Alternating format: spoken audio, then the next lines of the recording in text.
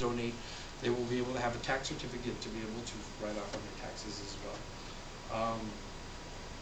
This is an endeavor that I didn't realize was this bad.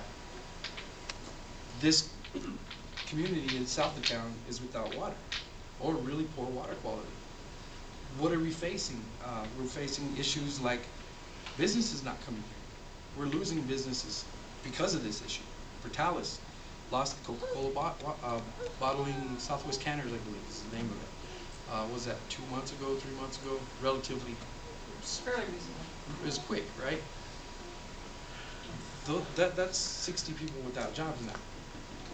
What about asking for federal funding from the federal department? Well, you know, Mario, you asked, that's a really good question, but you're looking at long-term solutions. You know, those are things that require writing papers, visiting people in Washington.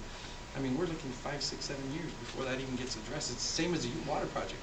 You're looking at 10 years before that is coming to fruition, from what I've heard. So we need to address it now. And the only way we can do that is as a community rise up and say, you know what, we're going to have to dig deep. We're going to have to figure out how to get these people the money, whether it's 10 cents, 15 cents, 20 cents, $1.20. You know, we've got to work to get that done immediately, so that way at least we have a plan for a year, and we can get these people water. You know, I don't know if she showed up today. There was somebody that I was informed had a son that was disabled. Was that correct? Or a family member that was disabled living out there. Now think about it this way. You have a 60-year-old grandma who goes to the store, and you've all bought those 5-gallon water bottles, right? We carried one? 60 years old, having to do 10, 15, 20 of those. That's somebody's mom. Now she's developed arthritis. You know, these things are ongoing issues that really, because they don't affect us on a daily basis, we kind of overlook it. You know, and I just, that's why I've become so impassioned with this project, is because it just tears my heart out. You know, to know that my neighbors are having to do this just to survive. Water is fundamental for life. Precious commodity. We don't have it, we don't have crops. You know, I'm sorry. I have a couple of questions. Go ahead. My name is Angelina Baca. I'm a county commissioner. I live south of town too. How many households are affected? Do you have an approximate amount? 22 identified on that map. Okay. And of those 22, are they still living out there? 2, I found out today, aren't living out there, but they may have somebody else living in that property. But based on based on what I heard today, the folks that live out there said that a couple of them don't live there. Well, right now, too, we're developing sandy water, too, in some areas that are going further out to the county line. And I've been told, I don't know if you went out there, if you go all the way out and where there's a picture of the cows, if you turn down that road, there's a whole little neighborhood out there that has very low water wells right now. So it's getting closer towards Roosevelt right now. And that's a great question, because now you've also got to ask the question economically, how's that impacting that entire region? Because if they moved out because of no water, or poor water quality, whichever, who's going to move in? Nobody. The other question that I have is, I wonder if anybody from the base is here. Have you made contact and invited them to come to the table? I have not as of yet. Because, I mean, obviously, they use water too, and a lot of it. And I know that they're also on the bandwagon to conserve and to be water-wise. But I think it would be important to have them at the table. Well, Mr. Chet Spears on a water co-op out in that area, aren't you? Section of land we have about 35 families on a water co-op. And you live out in that area, right, by the base? And is there do you know of any more families in that area that may have left their land or didn't do a co-op with you guys that don't have water? Or You know where the new Target store yes. is out there? Right behind them was a family called Johnson. Right next to them was Giles Laundry. They both do well dry. I was told that the well that services the new Target store was at one time dry, but with all the rain last year, It charged a little bit. it's got a little charge that pushed up, stopped up the water. Then they finally got that. Yeah. You live in that area, don't you, Mr. Pierce? Where do you get your water from? Your own well? Right on the road, Highway 311, right by the barber shop. I know where you, That's where the well is. that's where the well, that We had does two all. wells. About 10 years ago, the east well, about a quarter mile down the road. That one went dry. Dry, sand, nitrates, we had to just shut it down. So that well that you talk, it supplies all those trailer houses and Yes. that RV park and all that? No, only Desert Ranch Estates, it's two roads, Jill Road and, Flat Soul. That's all? Then you got Ideal Trailer Park, he's got his own well, and he's really low. Then you got Longhorn Estates a mile north, and I don't know what their situation is, but I'm sure, they're on the saucer edge. And then you have Turquoise Estates, if we run out of water, you got a bunch of them counties up there that run home water. So, What quality of water source do you guys have out there? Do you have to enhance it with any chlorine? we test by the state every month. every month? Yeah, they Just- have to just as test, you guys have to as test their- yourselves. same thing. Oh, absolutely, yeah, we're regulated by the state. See, that's a really good point you brought up. I was just gonna speak to that, because if you do have a water truck, those are all the permits, those are all the things that you have to do on a monthly basis. Because what ends up happening is if I take a load of water to somebody's house, and I just happen to not clean the tank out right, and I give that whole family E. coli. You know, these are very serious yeah, issues, dude. and it happens all the time, and Commissioner Spears can attest to that. That's why you have to have your wells tested all the time. And I understand that if you're gonna have delivery service, there's some restrictions, you can have more than 15 homes that you deliver to, is additional regulations that your Yes, sir. company that delivering water has to Yes, abide sir. by. And one of the ladies from the state is aware of that, and she's willing to work with us if that's the way we proceed. Or if Mr. Myers' son, if that's the route we choose as well. There are a lot of agencies that are willing to come here and help form all this stuff, to Mhm. get it together. Awesome. And then that's the purpose of this meeting, is to inform everybody of all the different things that we've done to this point, where we're at, where we're heading, why we're doing what we're doing, and why we're having to do it the way that we're doing it. And we don't have a lot of time. You know, I know that I've seen records. I've worked with people out in Texas Tech at the Agricultural Okay. Research Center. And the reason that I did that was because when I started doing research, I was like, wait a minute. You know, I saw something on YouTube, and I thought, well, they're from Texas Tech, so they butt up against, you know, Curry County. So lo and behold, they've done several water research projects for the last 10 years. So why recreate the wheel when we can work with people that have already been exposed to this? So I've been reaching out to these people to find out what's going on. Why is it, you know, because it affects them and us, because it leads right over, just because the county's state line is right here doesn't mean the water stops. So we've really got to look at those issues too. It's bleak in the sense that if we don't do something about it and do something about it now, rather than address it in 10 more years or 5 more years, this is an immediate need. This is an immediate need, and we've got to work very tightly and closely with our county commissioners, our city commissioners, the general public. You know, I've learned through my lifetime, and trust me, I don't think I'm too far off base. If it didn't happen to you and it didn't affect you, you have no understanding of what happened. And that's kind of what's going on in Portales today. I talked to Sandy a while ago. I thought it was really cool because we had the meeting today, and I looked on KOB TV this morning before I left, and they said Portales is going to have to shut down their water for 24 hours to fix this water. Anybody aware of that? Mm-hmm. The whole town, not just Yeah. these guys Everybody. in this portion, like you guys are affected. That is the way people will realize how important water is to their daily function. And it's a shame that we have to go through things like that in order to learn, but that's life, you know, and I try not to, you know, sugarcoat it and try to just be honest about it and be real respectful about identifying that until we actually have to go through it and suffer through that kind of thing, it's really hard for us to understand what these families are going through, which I think is, this is the United States of America. You know, I've been to different stores all through the community, and you know, I've talked to people, and I said, well, do you know that the people out in the county don't have water and they're hauling water? No, really? Oh my God! So there's a lot of people that, and I'm not saying that people are dumb. I'm just thinking that it's a lot of lack of education, and people don't know what's going on. They don't know what we're being affected, you know, and you know, I think that and I've talked to the president of the Ute Lake project about this, Gayla Brumfeld, and I told her that I feel that, you know, we have the pipeline, you know, the whole Ute Lake project stuff, and I told her we could do more. You know, we can't, I always feel that anything we do, we shouldn't put all of our ducks in one, and I've heard you mention that, we shouldn't put all of our ducks in one bowl. We have to work for other ideas too, just in case all that water don't make it through. Let's work on another solution. I've always thought of, like what Portales is doing from, you know, from toilet to, you know, drinking water, you know, toilet to tap. And that's what they're doing in Portales, and I think that that might be what they might have to eventually do here. Adrian, Yes, sir.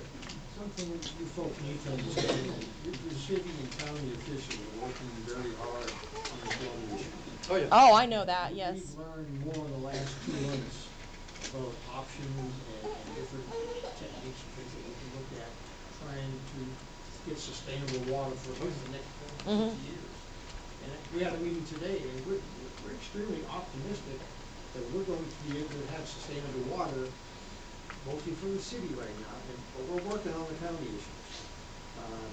Unfortunately, those folks put out water about 4 miles south of town, and the pipe system that's within the city isn't down that area. So do you think the mapping system that we're gonna do? It's down in that area, but to get them connected, we're working on those issues as well. Okay.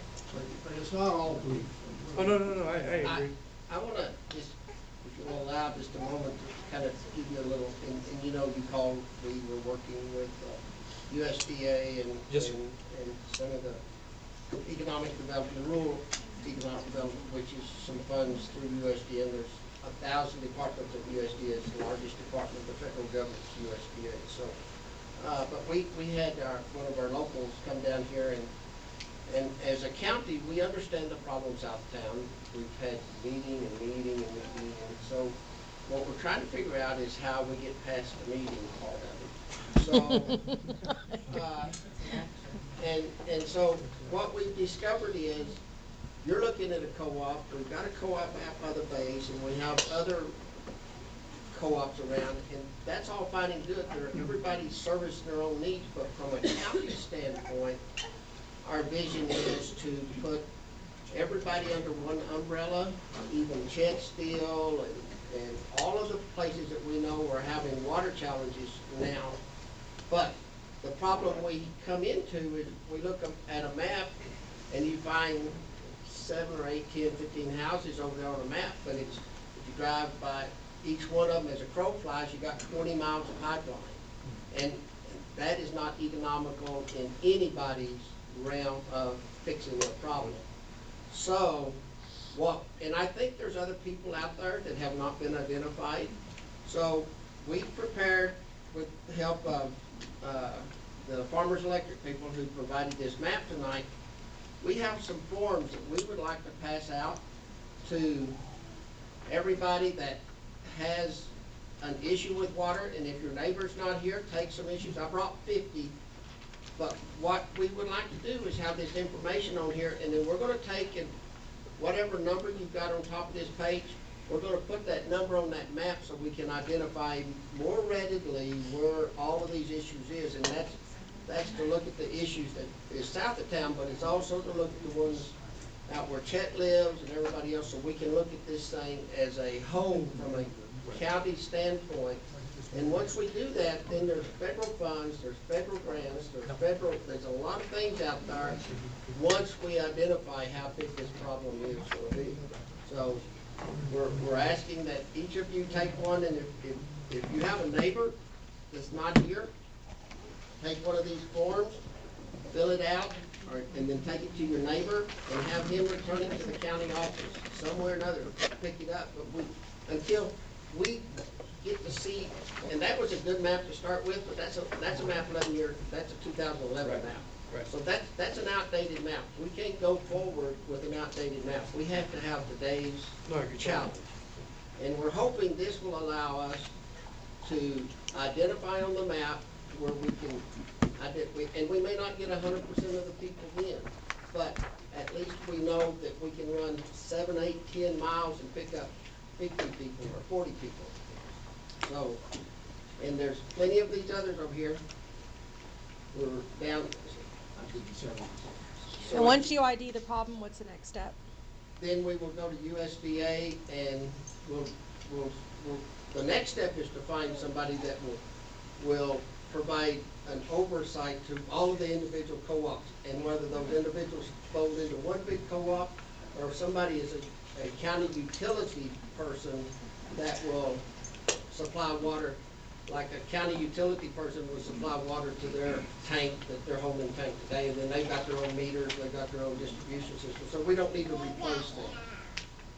And any other place that has it would supply the water to them. But we have to figure out where all of this is, so we can put a plan together to hopefully get a utility, and it may not be a utility that's organized today, but it may be a big utility that services the whole of the county. Well, that's why we're here. That's the whole purpose of this conversation. We are that piece of the puzzle, and we're accepting that responsibility. Are we professionals at it? Nope. Do we care? Yes. Will we learn? Yes. We'll get it done. Yes. So we appreciate everything the county's doing. And we look forward to working with you guys.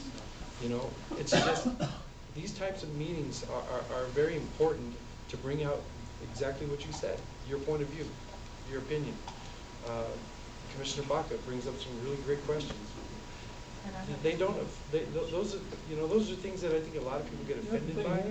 But we have to be really thick-skinned and realize that, you know what, this isn't about Adrian. This ain't about Adrian standing up in front of a room of people. I continue, Mr. Rodriguez, to say. We gotta work together, and I really do appreciate everything that you're doing, and Commissioner. I was gonna say, they asked what the city was doing and all that stuff. We have an affluent, we're putting in an affluent water line from the wastewater plant. We're gonna water all our plants, all our parks, and all the schools with water from the wastewater plant. And we're doing that now. They got it, they're gonna have it down to the event center. Is affluent mean caca? Huh? Yeah. But a lot of people don't know what those words mean. That's the treated water that goes down You guys, have they ever thought about allowing residents to pay to have that done too in their property with the? Second phase will they actually can do it? go to Right now, they're, Hillcrest and Yucca Junior High. right now they're watering Ryerson Park. Yucca? Public Works Building. But they're gonna have it, they're gonna run it up to Hillcrest and Yucca by the end of the year. Well, probably by May. So that's really quick, that's Yeah. a year They're project. just getting the permits and everything, just all that, so we can put the line in. So that's what the city's doing, and they're gonna do it for all the city parks. So they're gonna water that, all the city parks are already supposed to water for. And, somebody asked about the fire hydrants, why don't they use that for the fire hydrants? Well, the fire hydrants, they came there with Not in the EPCO, so we system. came time in. You'd have to have a whole new system for the fire hydrant. And that's another big But challenge. the that fire we- department is also using that water to train over here at Summertown. They're using that water to train, so they also conserve water. Everybody's trying to conserve water here, so. Portales also has an effluent reuse pipeline that they're installing now. Yes, that's what I was The water talking about. delivering areas, And then so- too, part of that too. It's ongoing. Oh, yeah, it's all gonna be around ongoing us. for years. This ain't a 1-year deal, this ain't a 2-year, this is a lifetime deal.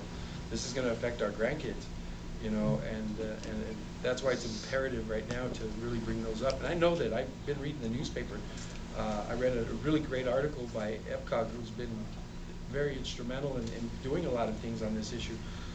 Raymond Mondragon had written an op-ed this week in what you just said, everybody getting together, and everybody has a different piece of the puzzle, and then this umbrella that you spoke about, maybe everybody takes their portion of that puzzle under their umbrella and reports back to a central umbrella, if you will. So that way we can all get this done as soon as possible. The faster the better. You know, we've all identified, Tara, you know, being environmental science can attest to this. I didn't know what an aquifer was. I really didn't understand that 2 months ago. And somebody told me, oh, it's a lake underground in the water, in the dirt. It's not a lake. You know, it depends on where you live. It could be a lake in some places, but in other places, you're looking at a mountain range.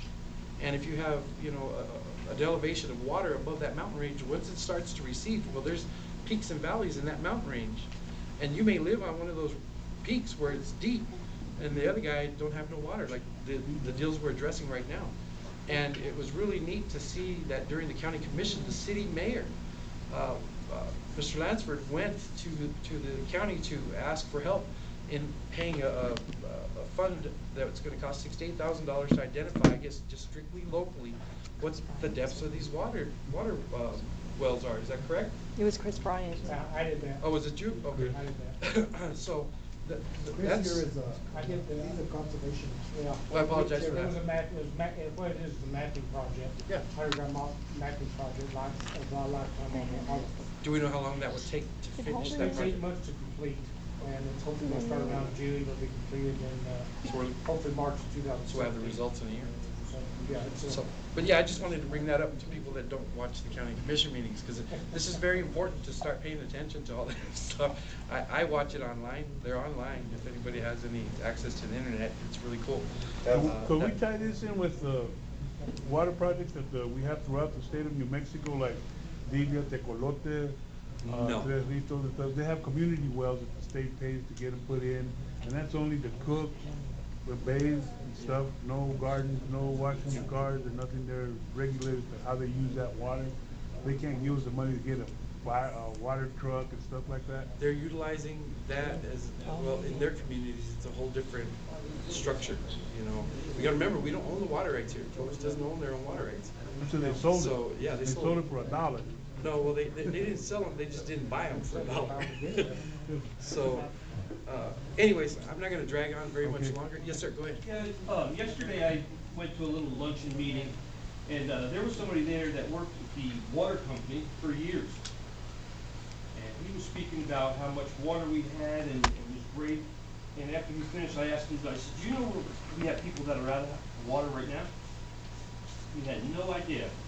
So for Josefina and the Voice of New Mexico, bringing this education to people it's what we really needed, because otherwise, the county and the city was still sitting there, well, we got the pipeline coming. It's been coming 50 years now. So we need this right now in educating these people about what's going on, and there are people without water is the key now, not 10 months down the road, not a year down the road. Now, they need the water, and these people don't know it. Well, that's Worked in the water company for 20-something years. That's what we're addressing. Didn't know it. Yes, sir. On a positive note, the mayor has called for a water conservation summit. Yes, he's aware of that. Which is a water summit. Well, either Yeah, water water summit or conservation summit. They haven't decided what they're gonna call it. Yeah, he knows. I update him every day. Yeah, the rest of Yes, but yeah, and for you guys to We're know. gonna be bringing, the mayor's gonna bring in a whole bunch of experts from Denver who've already gone through this real building process. And hopefully, at the conclusion of that summit, we'll have enough information that we can probably get some action committees and start working on all these options that we can bring about. And there's the one out the pyramid too, right? That's coming up in Albuquerque. Yeah, and I'm actually attending that one. It's this month, isn't it? Yes. End of the month. Commissioner Bach?